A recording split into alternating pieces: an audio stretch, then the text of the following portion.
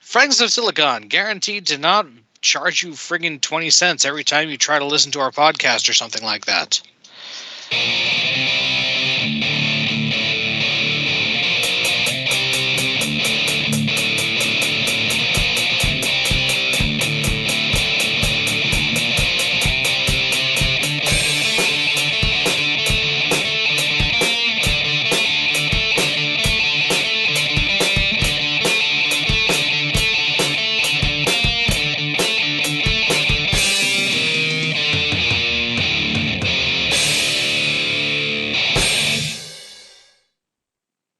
All right, welcome to another installment of Fragment to Silicon. I'm your host, Adam. Joining me as always are my compatriots, Hetty and Golix. So no guest again this week. Sometimes that occurs, but we do have a lot to discuss. But before that, At least have interesting news tonight. Well, before we get to that, we got to get to the personal stuff. Yeah. So, Petty, once again, we start with you since eye updates. Yeah. So my eye's still borked. I actually saw one eye doctor yesterday, and they referred me to a specialist today. So that was 2 trips to the big city I'm not real happy about, but here we are. Because it's a 2-hour round trip each time to my doctor's office, so it's not exactly easy, especially since I can't drive, so I need to, sort all that shit out. I mean, even if you could drive, you probably shouldn't drive. Oh yeah, God no.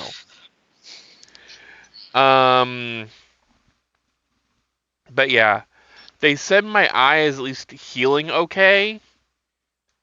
They think since my eye is still inflamed and stuff like that, they don't know if it's from the infection or what. They're gonna put me on a steroid eye drop too, and want me to keep using like heated compresses. Like I have an electric blanket I've been using and stuff like that, and also there's like these little wipes to keep my eyelid and eyelashes clean, because we don't need any more bacteria and stuff getting in my eye via them. Because, infection bad. Yes. They want me to keep using the eye drops. The infection, the antibacterial drops, and the ointment at night. So hopefully between that and the steroids, well, they'll at least finish killing off the infection, because if I just put the steroid drops in, the steroids could inadvertently feed the infection and make it worse. And is that something they told you? Yeah. So we want to make sure the infection's dead. And then once the infection's gone, if my eyes are still having some problems, I can probably just stick to using the steroid drops. Have they assessed any actual damage to your cornea yet? They have. They said it's healing, but until like the swelling and stuff goes down, they can't really make a determination if I actually need surgery or anything like that, or if it's something that'll just heal on its own. Because once the swelling and stuff goes down and the ulcer clears up, I think the last thing to do is check and make sure there isn't any scarring. Or if there is, if it'll be light enough that it'll just go away in time, or if they need to, use a laser and correct it. But that's something for future Petty to deal with. I guess the only thing I really did in gaming is I managed to snag my event Mewtwo in Pokemon Violet, thanks to Golix and Ogre, so woo. So yeah, that's probably the only You're gaming. welcome. Thank you. That is like the only gaming thing I've done. And then I want to see about getting the new Pokemon DLC, but that's gonna have to wait till after my eye heals, because it'd be kind of worthless to get it now and not be able to read. But yeah, I think that's it from me. Okay. Alex, you're up. Well, the office move is underway, so I'm working from home this week. It has been interesting. Haven't it's weird to not have much of a reason to actually leave the house, so I've been trying to make a point to go to the store or go for a walk or something, because otherwise I get a little bit weird. Stir crazy. Uh-huh.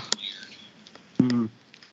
And yeah, the Pokemon DLC dropped, so I've been helping multiple people with last-minute Mewtwo's because they want to get that done before the DLC dropped.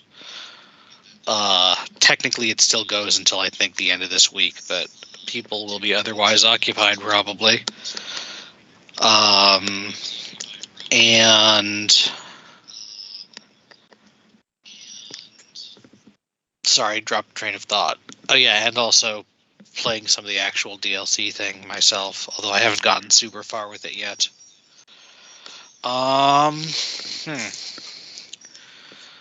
Otherwise, I think it's been pretty low key. Had a bit of an argument at Pathfinder last time with with what I was running with a player who wanted to have a weapon and shield in his hands and cast a spell, which he had a feat for with a shield, and then also use a metamagic rod all at the same time,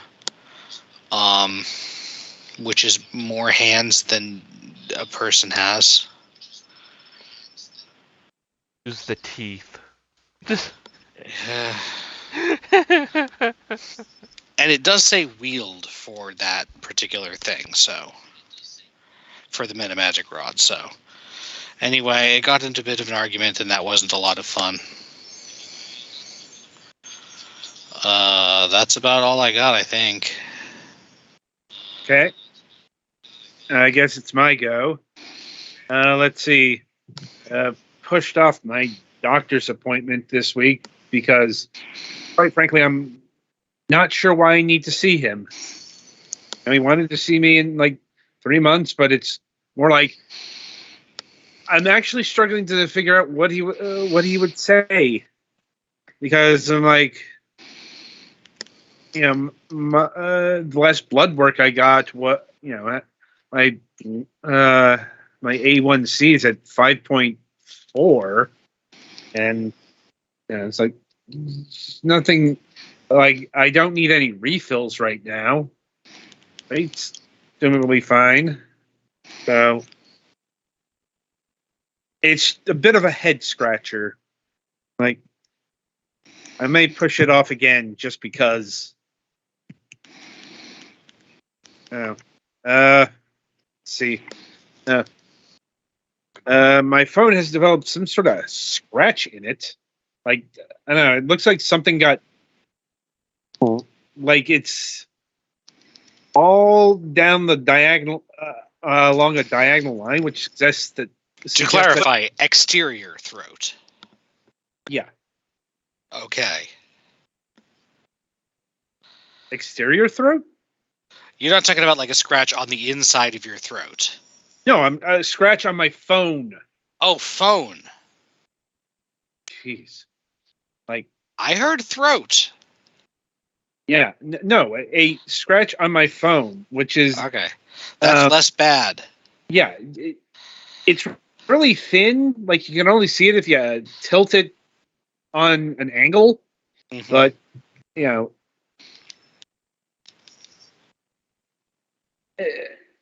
I'm trying to figure out how it got there because, the phone's dropped a few times, but scratches this fine don't really occur from drops.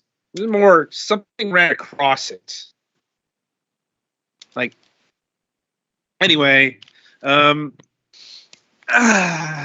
terms of gaming, still been playing through Quake 2. Like, I've been playing through the entirety of Quake 2, which is why I'm still playing it, I think, a month in. Something like that.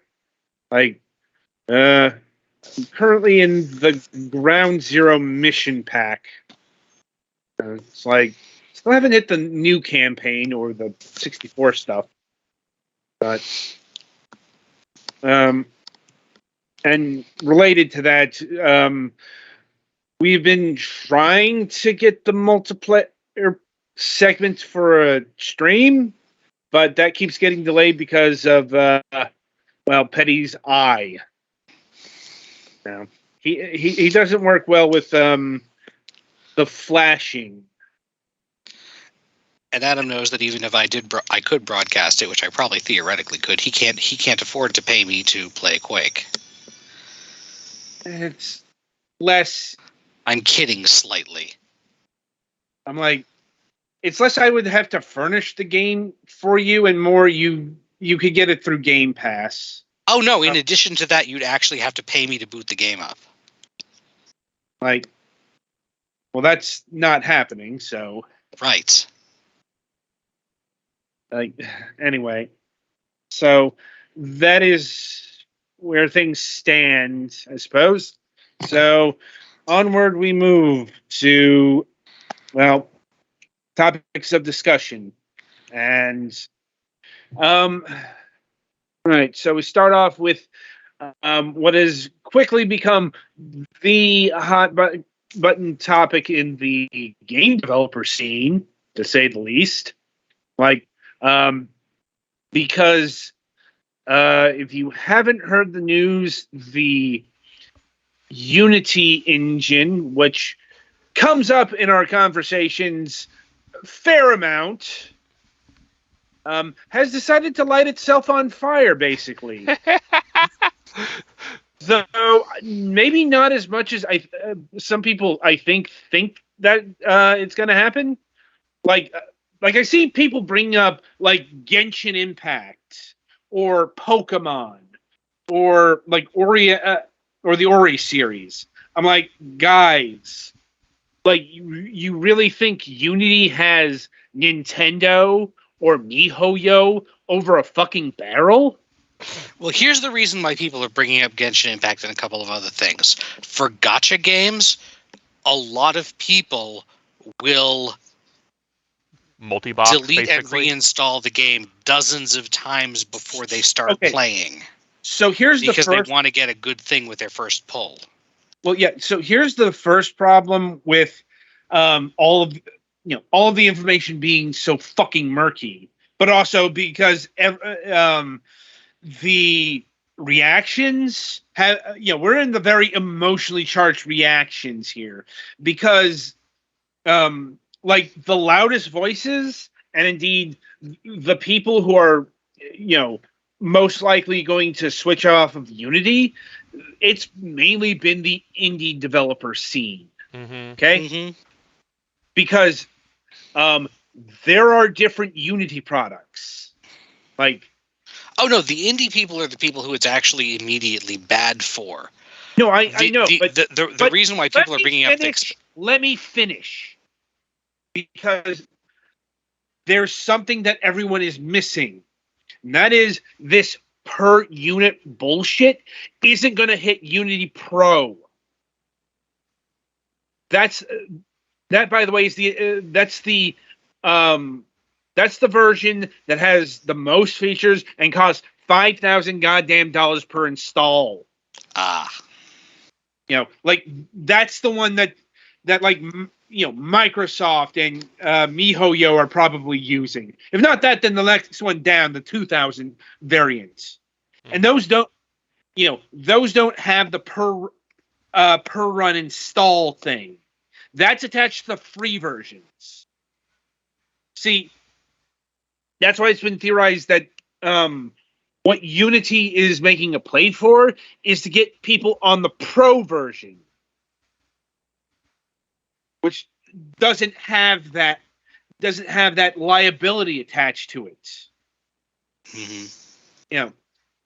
Because once again, no, this isn't going to affect Genshin Impact. This isn't going to affect, Microsoft or the Pokemon Company. Because, even if theoretically the playing field was that fucking level, and it never is, okay? It's like Unity would cut a fucking deal with the big players to make sure they don't fucking go. Because what I was going to say is the danger wasn't that they were going to hurt those companies. It's that those companies would just take offense and then eventually bring their legal might down on it. Mm-hmm. But mind you, that doesn't put Unity out of the woods with the big players by any means. Oh, God, no. Especially Game Pass and stuff like that. Yeah.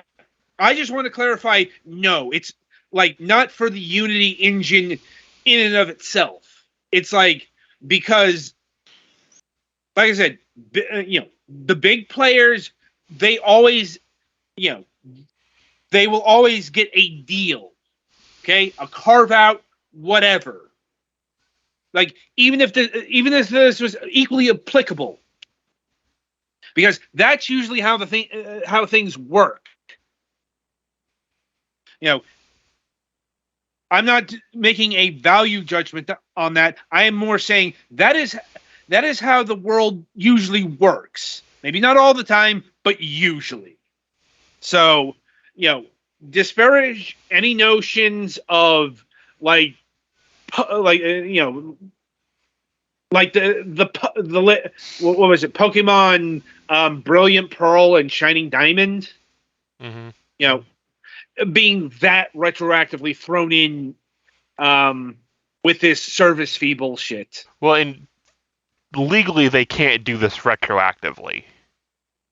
I'm they're not trying to charge retroactive, but they are counting distribution before this point retroactively to count toward the limit of the number of times that a thing can be installed before they start charging for it. And this is where Unity's maybe in some actual legal hot water. Mm-hmm. Because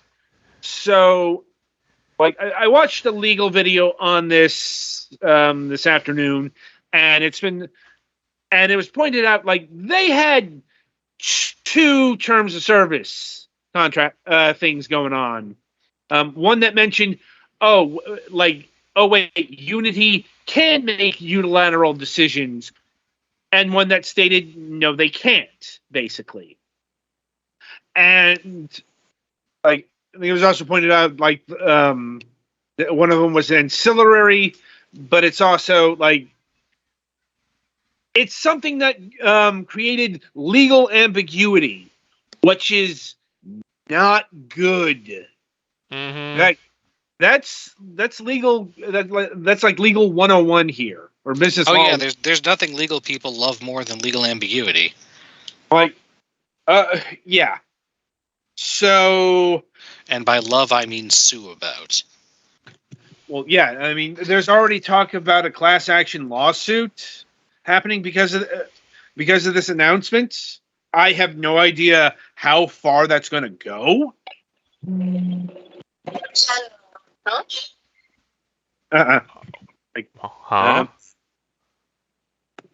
Sorry.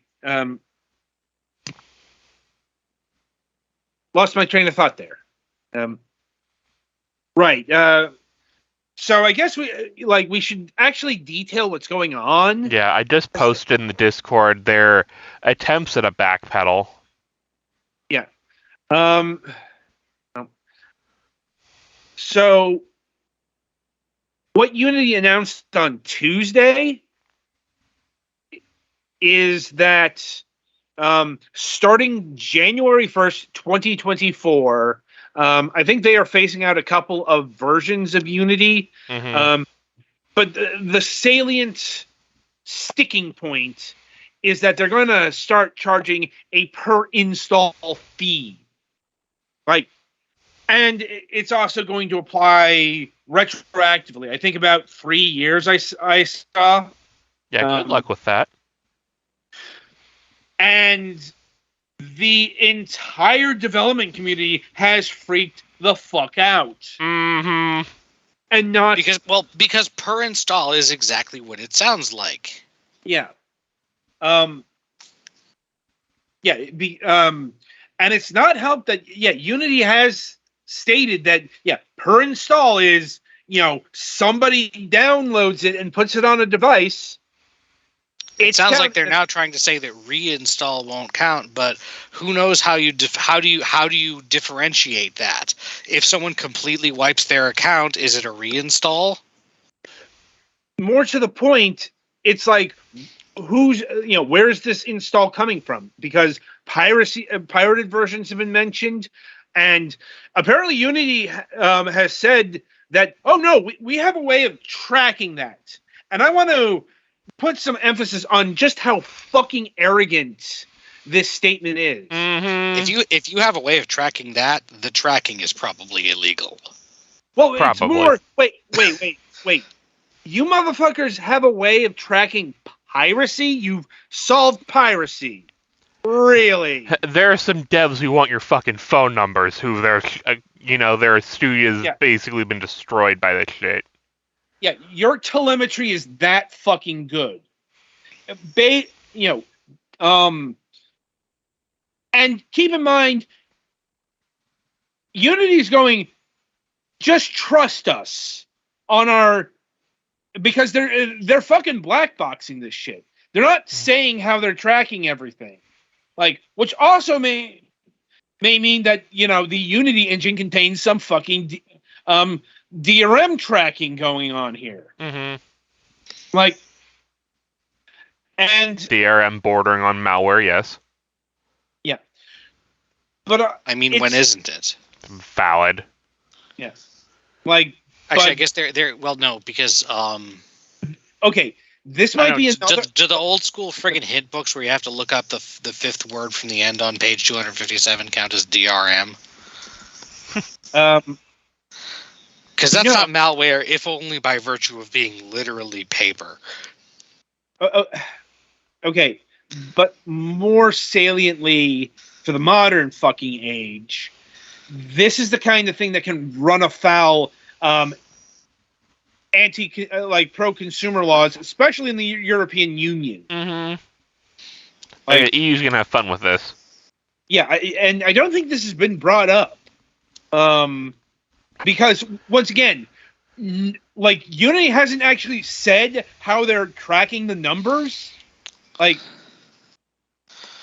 and that's that's the thing. Like, Unity isn't posting the numbers. They're just saying what the numbers are. So that becomes a fucking arbitration right there. Mm-hmm.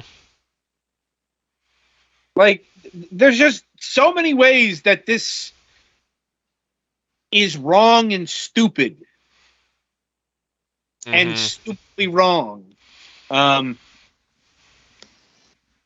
Because, like, there have been some devs out there that have been doing calculations, and what this boils down to is that customer bases are now, or will soon be, liabilities. Mm-hmm. Because these are things that are supposed to only kick in like via a threshold of making $200,000 per year or something like that. And there's other ambiguous things because apparently demos were going to be included wholesale, but now mostly not included. What the fuck does that mean? No, seriously, what does most mean here? This is the time where you fucking speak clearly and crystal light. Before the lawyers start coming. Right. Apparently charity bundles aren't going to be included, but once again, what is a charity bundle? Mm-hmm. Like, and how can they track that separately than a regular DRM-free version of the game off the dev's website? Right. The big one though that's just been laughed out of the fucking room is shit like Game Pass. Unity has stated, "Oh no, when it comes to like Game Pass or PlayStation Plus, the publishing entity is going to be stuck with the tab." Yeah, I want them to go read up on some history on Netscape before they want to play fuck around and find out with Microsoft. All I'm saying on that one. I'm like, okay, let's just say Microsoft didn't have that provision until yesterday. They will have it today, and if not today, then like tomorrow, and everyone else will as well. Like, I've already heard that this shit has turned Unity not just a liability to developers, but publishers as well. Yeah. This is how you get your fucking game engine pulled from game consoles. Yeah. But Devolver Digital has flat out stated they will be asking what game engine you are using in term for any upcoming publishing contract, and they're not the only ones already. So I'm going to make the number of companies sprouting up to port your Unity game to something like Unreal is woo. Yeah. And on that note, some big indie dev Unity players have announced they are moving off of Unity. Like Innersloth, aka the developers of Among Us. Because they would absolutely be affected by this, given how goddamn popular Among Us still is. Like the Cult of the Lamb thing, that was apparently a joke because it would have to be. Because even if a game gets pulled from sale, that doesn't mean it gets pulled from download. Like, I've got decade-old delisted Steam games that I can still download. Yeah, yes and no. It really depends. If they kill their dev license thing, they can't. They can't do that without Valve's interference, and Valve isn't going to let that happen. I guess it's kind of weird. I'm not really sure. It's one of those things we'll see on the first. Yeah. I'm like, the overall point is, devs are already jumping off the bandwagon, as it were. But here's the thing. This did not come out in a fucking vacuum. Oh, God. If nothing else, this is horrible publicity. No. Because here's the thing. We haven't talked about it, but Unity has been going through a lot of turmoil in recent times. This isn't even the first PR kerfuffle that I've seen from them. I'm trying to remember if it was this year or last year, but the head of Unity, CEO John Riccigliano, I might be mispronouncing that name, Riccigliano. It's an Italian name. Yeah. He stated that I'm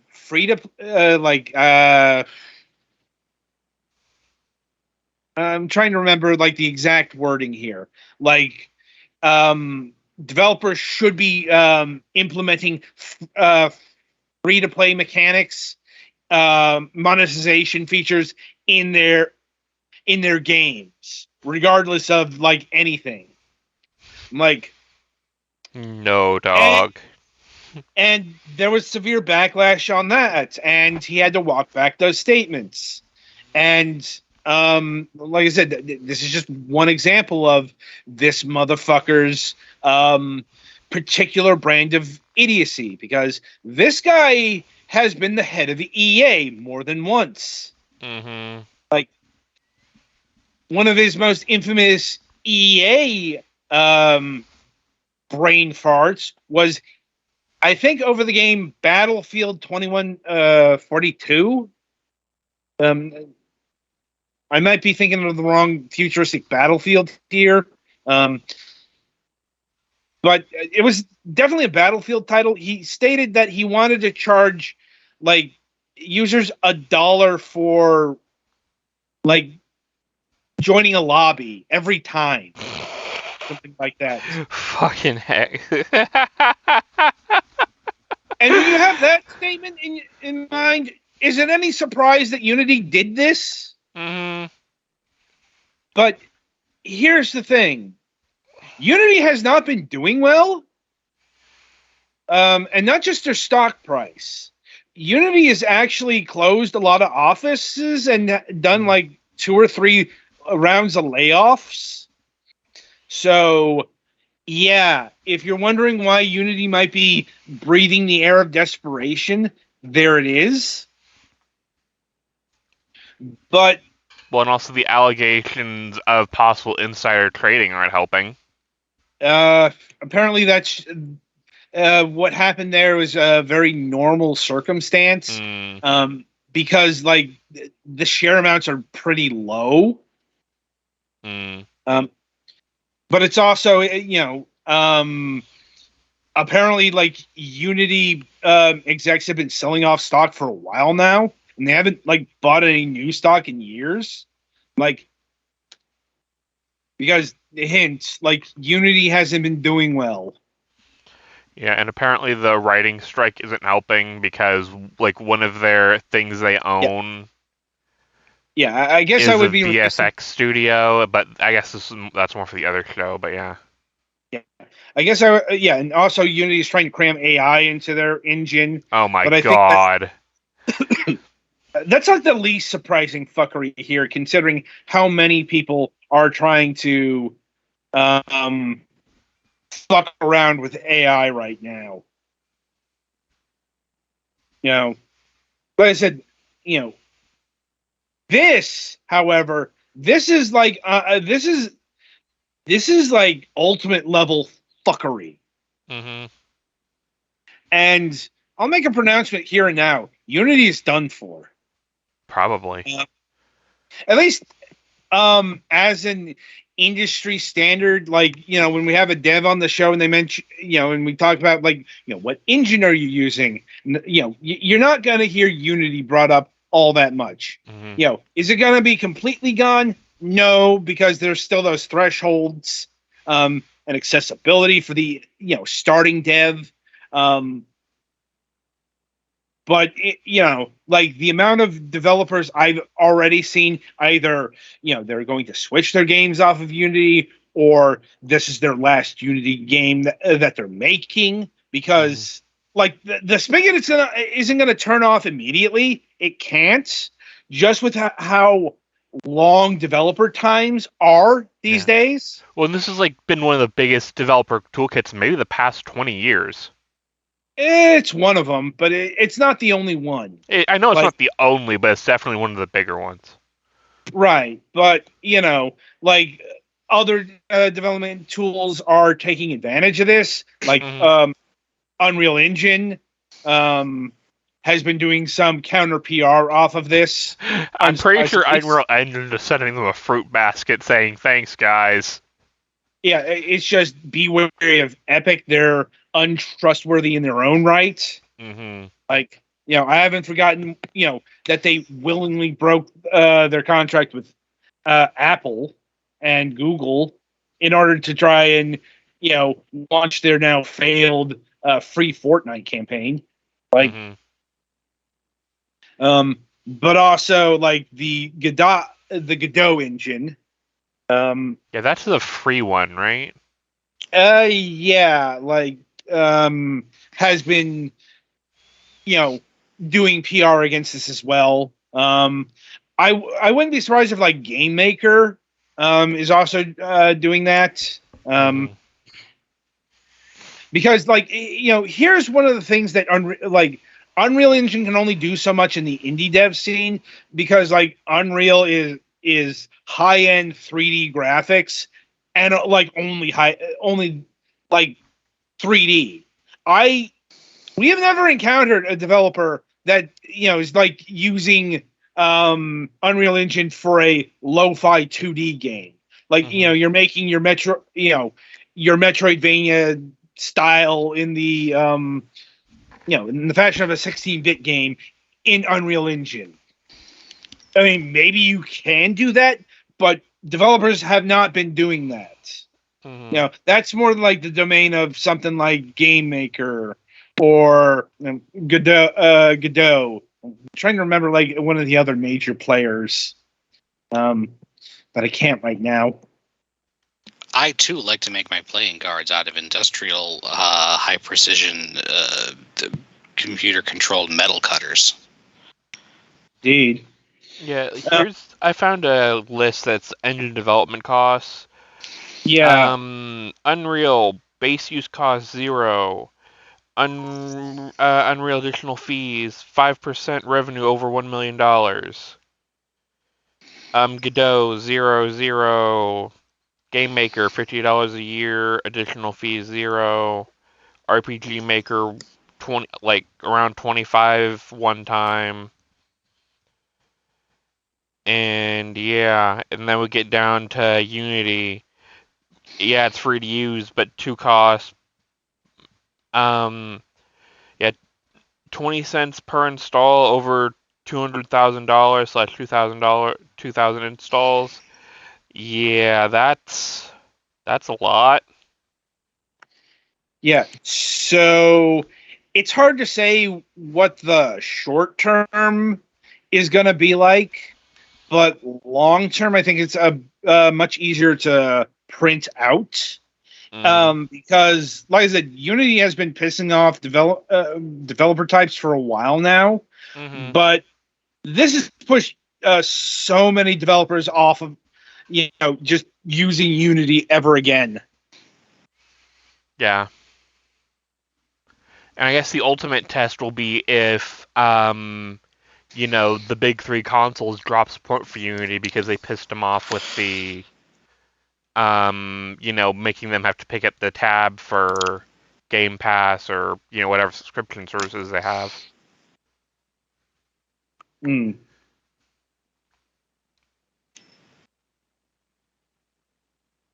So that's where things more or less lie for the here and now. All right, so Petty, play us to the next segment.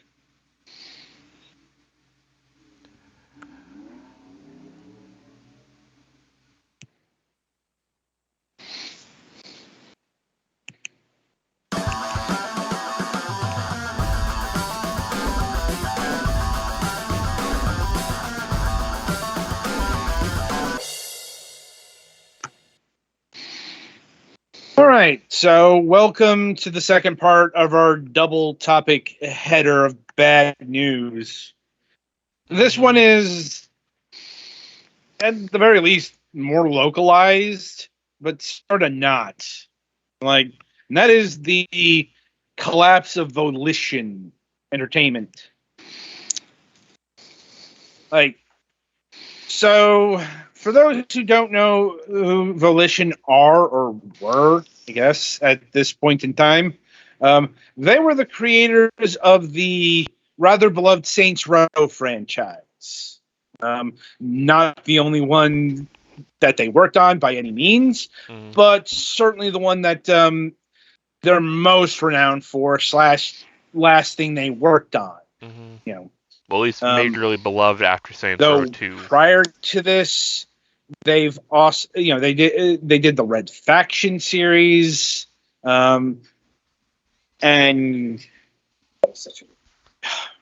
going all the way back to the Parallax days and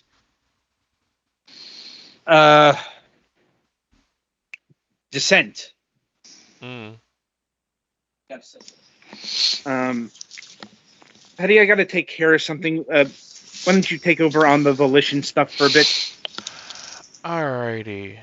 So for, I guess, the recent stuff, because I didn't really play much of Volition games pre-Saints Row. Like, I played a little bit of 1, I played 2, I played 3, I played 4. Remind me, was Red Faction the one with the Tim Curry, the only place uncorrupted by capitalism space thing? It was mainly on Mars. I think we reviewed it, at least one of the Red Faction games, but yeah, it's basically Destructible Sandbox on Mars. Okay, probably not the one I'm thinking of then. I think that was like Red Alert or something. Anyway, sorry. I know it's in like a shooter game kind of thing, so. Oh, that's Command and Conquer I'm seeing from chat. Oh, yeah. Whatever. Thanks, guys. Thank you. I knew I was wrong, probably, but I didn't know what right was. Okay. So you've returned. Okay, Adam? A situation has arisen. I'll talk more about it on MSP. Okay. But anyway, yeah, go ahead. We didn't get too far. Yeah. Basic bottom line, Volition has worked on a few beloved franchises. Whether they be, fairly mega popular to beloved cult classics like the Free Space games. But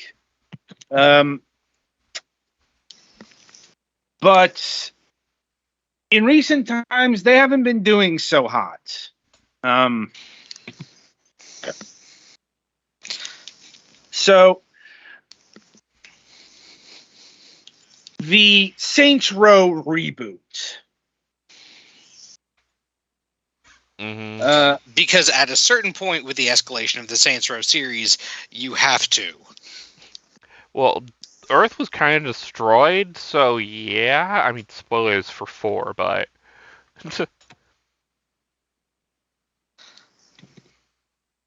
Yeah, it's like it started out as like Grand Theft Auto, except they kept escalating. They didn't start escalating until 2, though. Saints Row 1 was about as straight-laced as you could get. Yes. And then they jumped the shark. Well, jumping the shark is usually a bad thing, and I generally hear Saints Row 3 well regarded, I think. Well, Saints Row 4 made you the president, and presumably if there was a Saints Row 5, it would have gone galactic in some fashion. You're now the president of Mars. No. Because Saints Row Get Out of Hell put you in, hell. And then at the end of that game, you went to space. So, presumably, they didn't have the development resources to do a space game, which is not surprising. So, they decided and honestly, Grand Theft Starship sounds fun until you realize how much nothing there is up there. Of course, it's the Saints Row franchise. After they introduced superhero powers and, the devil. So having like aliens and, not accurate space physics would not have been out of reach, I think. But regardless, they decided to not go with the Saints Row reboot, but they unleashed upon the world Agents of Mayhem. You may have already forgotten that this game exists.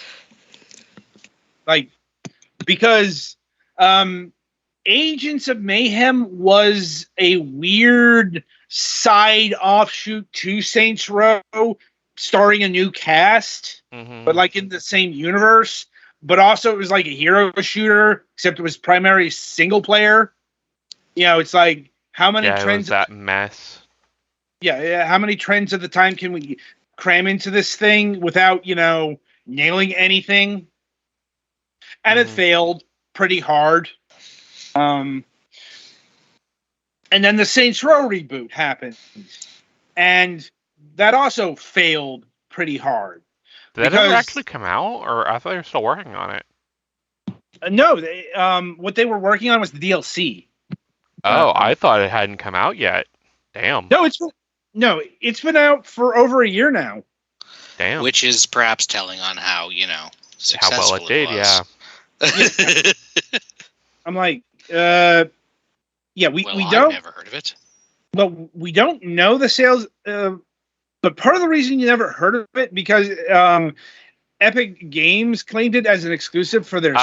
Oh God, that's right. We're not even out of the exclusive period. No, we are. Okay, we're just barely.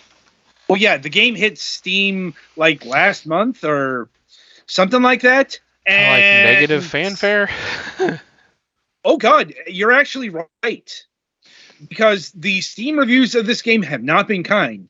I think I saw like one Steam review that stated that they bought this game just to refund it because of how pissed off they are with this. That's something that we didn't mention in the Unity thing. The purchase, like the install bombing. Yeah. But regardless, the game has generated a pretty negative hatedom. Yeah, apparently now it's mixed on Steam, but yeah, it's still not doing too good. Yeah. But, yeah, to say... And the question is, where did things go wrong? I can't exactly answer that because at no point have I been interested in the reboot. I get why they couldn't really do Saints Row 5. But on the other hand, from what I've seen in terms of people who have played the game, people were not, you were basically getting a 2011 game being aimed at the year 2022 is how I seen how it's been put. Yeah, because you can't really go much harder than the Earth is blown up, fucking on an alien spaceship levels of crazy. And don't forget the superpowers. Uh-huh. But here's the thing. From what's been mentioned, apparently the development costs on the Saints Row reboot were quite high. I would imagine. It's been postulated that it's been north of the $100 million mark. Yeah. That's a lot of development money. Yeah. Not sure how true that is, but the Saints Row reboot was classified as a AAA development project. And I know Walmart tried to deflect on how it was doing, but had to eventually admit that it did not return on investment, which has been a bit of a problem over at the Embracer Group. Yeah.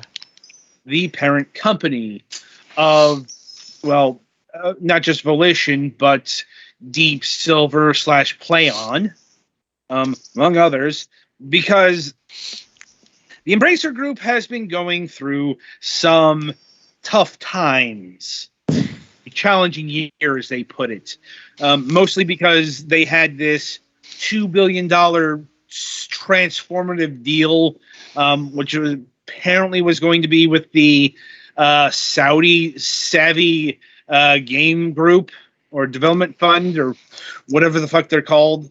To the two, it was a $2 billion deal that went down the toilet. And as a response to this, they have been undergoing a restructuring. Basically, their going through the books. They're canceling projects. They're closing studios. They're firing people.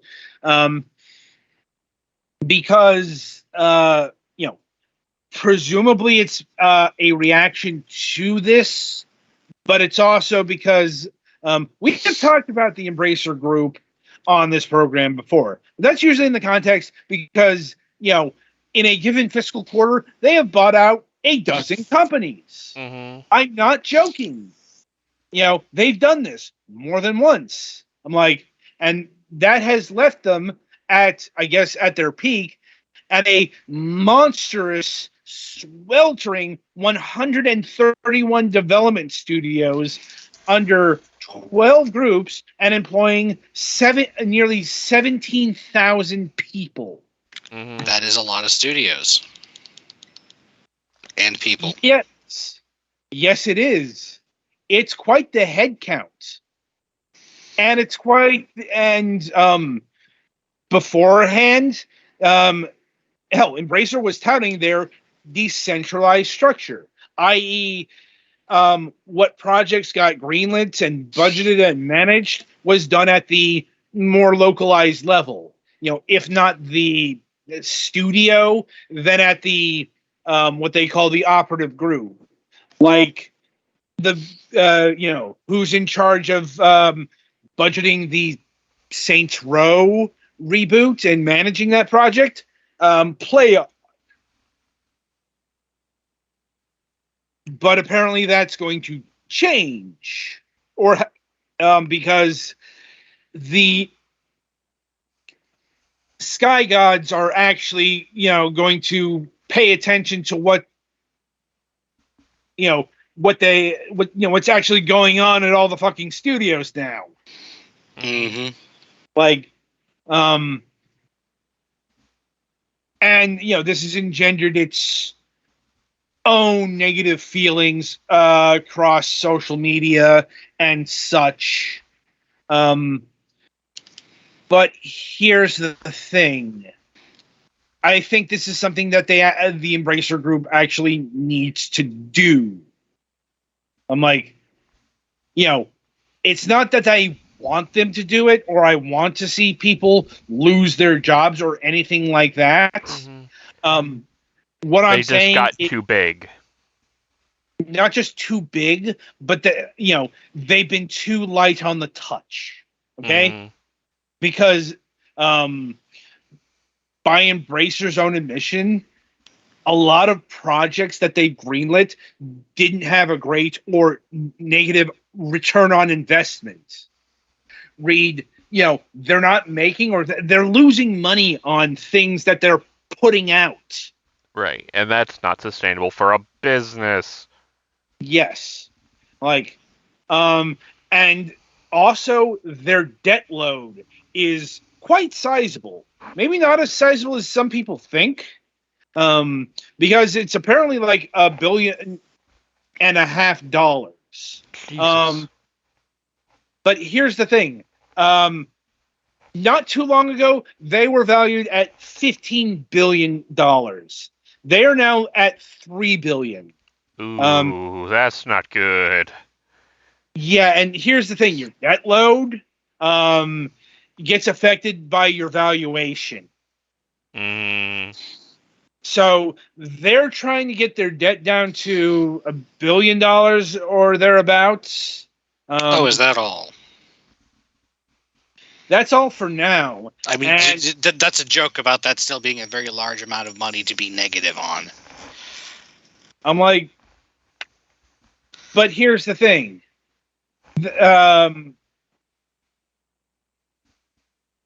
We don't know what their restructuring is ultimately going to look like. Volition was just one of the first dominoes. Because we've gotten reports that there have been layoffs at Gearbox Publishing. There have been layoffs at Rainbow Studios. A developer called Campfire Cabal got closed, and they were a medium-sized developer of Embracer. Mm-hmm. But the Earthquake announcement or not announcement, but news story that happened on Monday was that apparently the Embracer Group is contemplating doing something with Gearbox software. Mm-hmm. Not just like Gearbox software, the developer, or Gearbox as a whole. Yes. They are contemplating either like selling them off or spinning them off or maybe even keeping them. Like, it's not been determined, but apparently they've got some interested parties.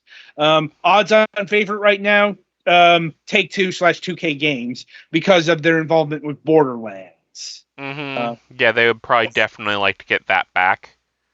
Well, yeah. The thing is, Borderlands, they have the publishing rights locked up in terms of video games, but they don't actually own Borderlands. Yeah. And there's some tech stuff they lost when they lost Gearbox, the access to Gearbox, that's kind of been hurting Borderlands now.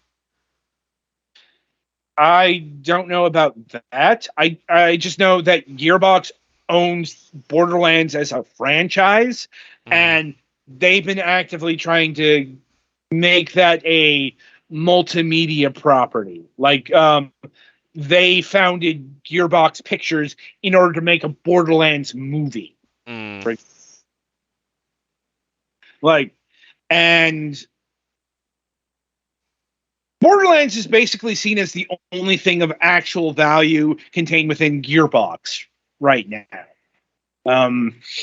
And yes, they do own other franchises like Homeworld, Duke Nukem,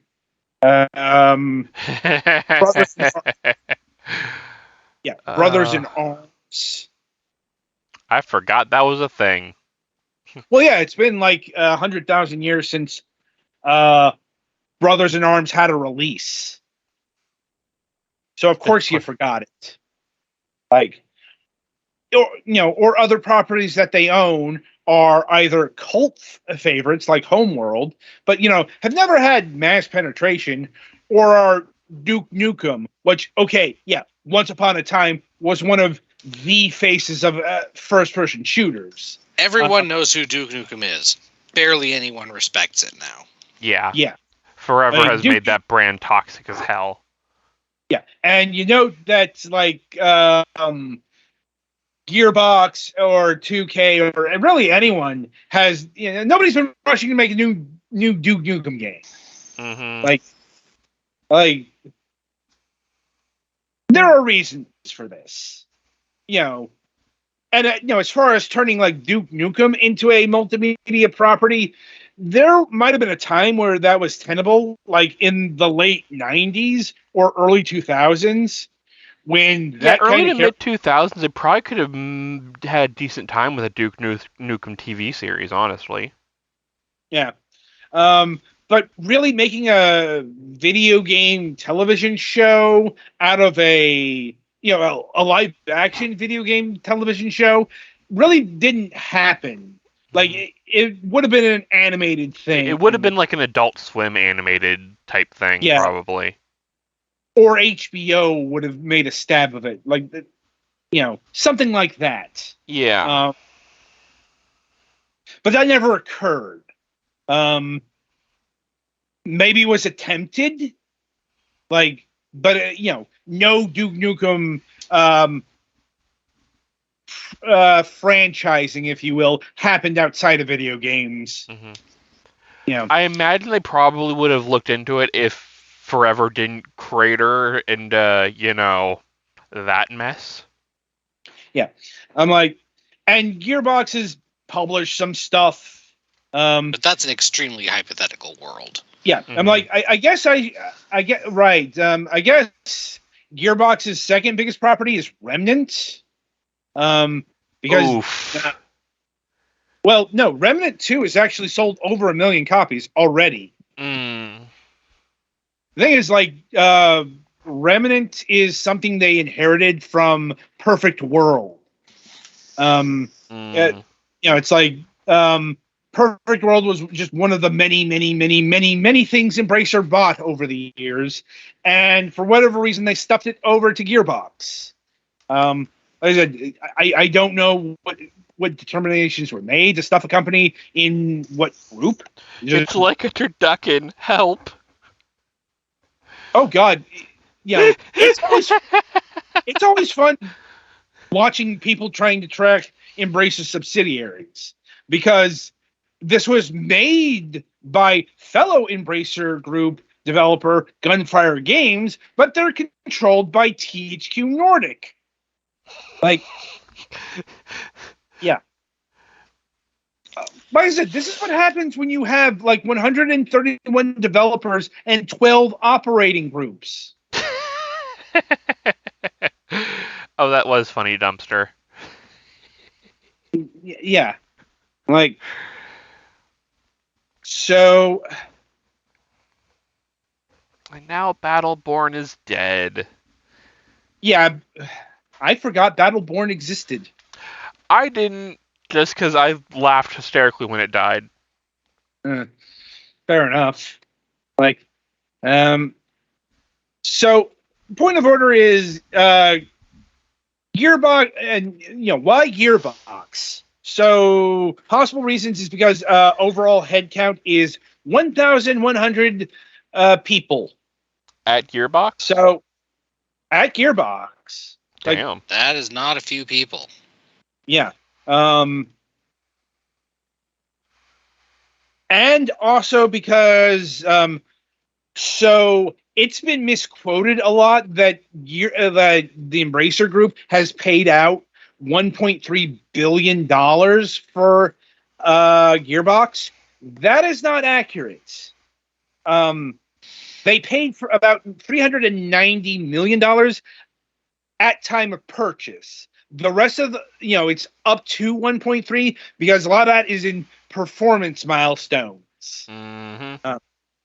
So that might be another big reason why Embracer's looking to offload Gearbox a mere 2.5 years after they purchased them. And apparently they do have interested parties, plural.